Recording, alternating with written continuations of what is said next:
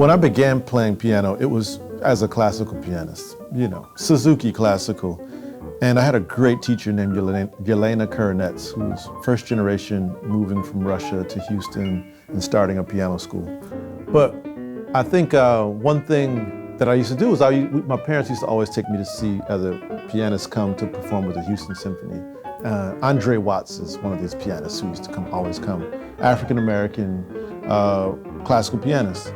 And my parents were showing me this for a very specific reason, to let me know that the instrument was for everyone, right? The instrument is free, it's open. It depends on the artist to sit down and tell the stories they need to tell through the music that they choose. And that meant a lot to me. And then by the time I was 13 or 14 and I heard Thelonious Monk, it was also a time that I heard what America's classical music was, which is jazz. How it was made, what is the sauce that is in it, that sounds like my family, So I consider the music I play classical, I think there's a sense of maybe re-understanding what the term means, because for generations, people have baked into the sound that I make a way for me to make that sound. And only a kind of oppression has left some of that music from, let's say, a century before, in the 1800s, undocumented. And part of our process of classifying our music is to say that, no, it has a rich tradition.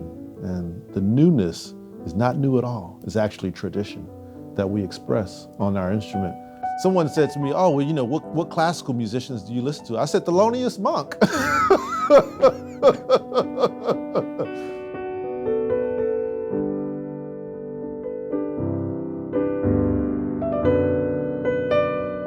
To understand that this is a pantheon, the long lineage, and I consider myself firmly a part of that.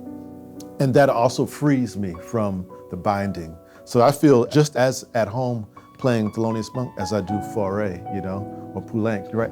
I feel the sensitivity and the care of those notes, and trying to find a way as an artist that those things meet each other with a kind of freeness, Look, it doesn't always sound good. But I like doing the combinations nonetheless, and I think as the music grows, as the relationship to the instrument continues to grow and piano history continues to grow, we'll see some of those lines come down between genres, and I think that'll be really important for the evolution of music too. When we, say, a pop musician plays it this way, a jazz musician plays it this way, a classical, right?